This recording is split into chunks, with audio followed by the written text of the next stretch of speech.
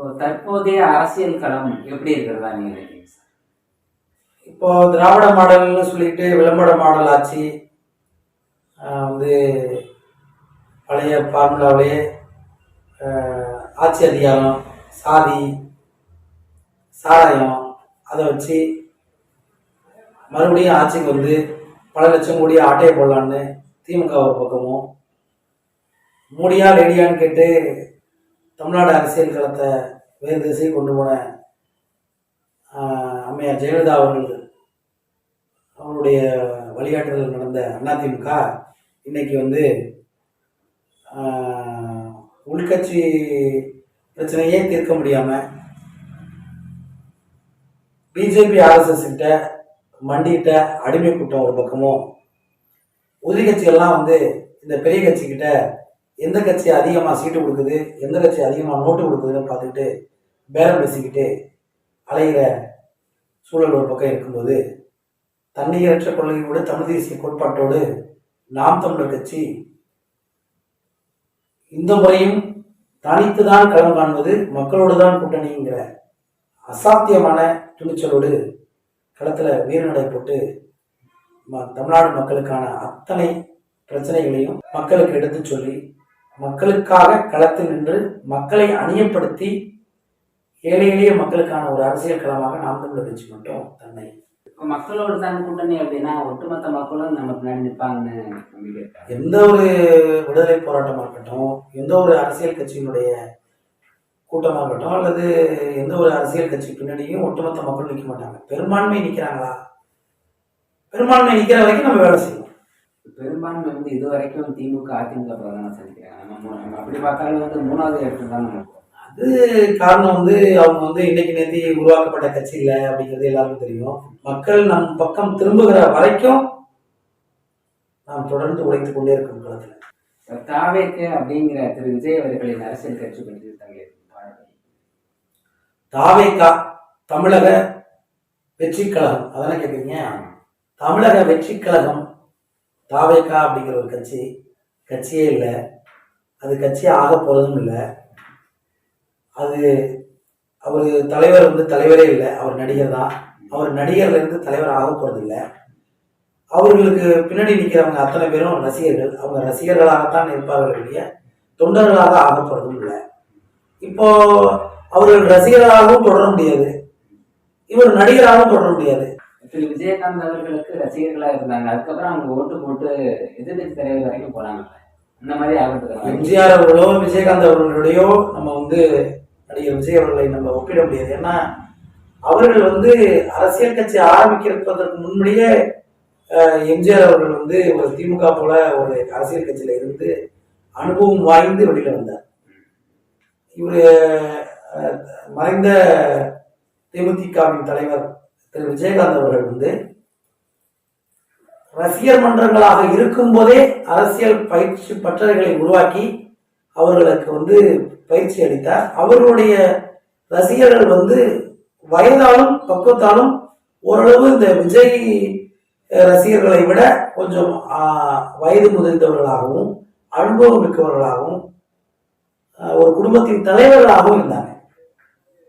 அதனால அவங்களால வந்து ஒரு சரியா கொண்டு போக முடிஞ்சது. இவங்க வந்து அரசியல் அறிவும் இல்லை, அடிப்படை அறிவும் இல்லை, அவர்கள் வந்து தொண்டர்களும் இல்லை, அது கட்சியும் இல்லை. அரசியல் அறிவு இல்லைன்னு சொல்றதுக்கு காரணம் இல்லை. அரசியல் அறிவு இல்லை என்பது அவங்களுடைய நடத்தையிலே தெரியுது. எந்த ஒரு நடத்தையை வச்சு நம்மளுடைய எதா இருந்தாலும் கண்டுபிடிச்சிடலாமே. அரசியல் அறிவோடு அவர்கள் செய்த ஒரு விஷயம் என்ன, ஏதாவது ஒண்ணு சொல்ல முடியுமா? எதுவுமே சொல்ல முடியும். கரூர்ல திரு விஜய் அவர்களின் அரசியல் பரப்புரையில ஒரு 41 உயிர்கள் பறி போனது. காரணம் என்ன? அதுக்கு காரணம்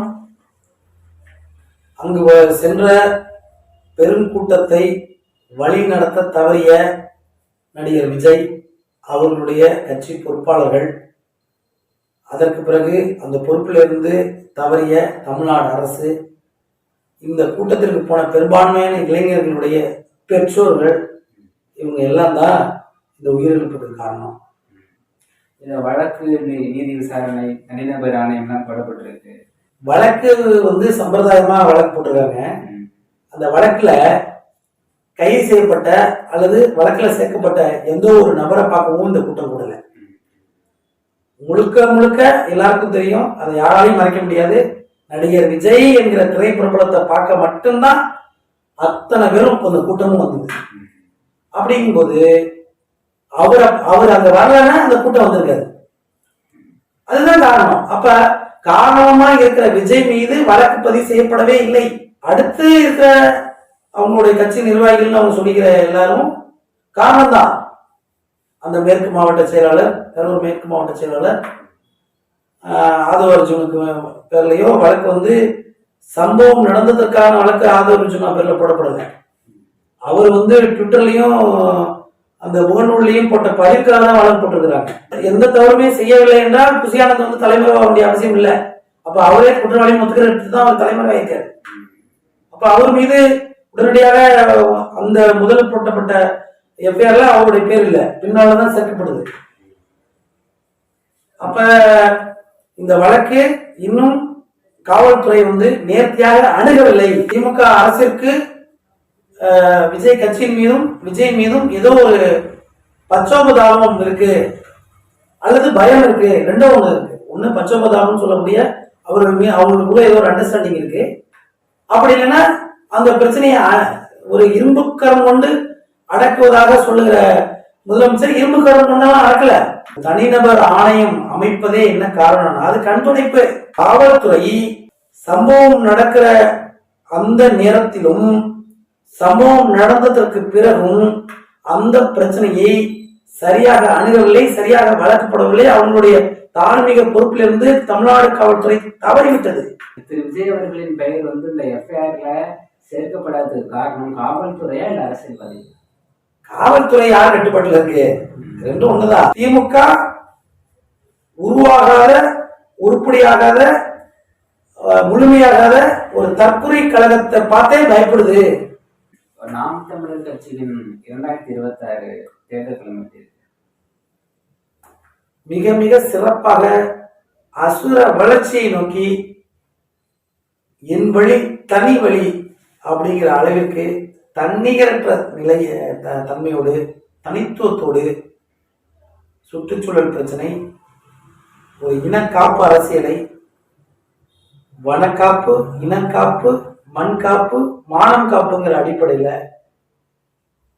எல்லா மக்களுக்குமான சமூக நீதிகளை உருவாக்க, சமூக நீதியை உள்ளடக்கிய அனைத்து மக்களுக்கும் அனைத்து உயிர்களுக்குமான ஒரு அரசியலை நாம் தமிழ் கட்சி முன்வைக்குது.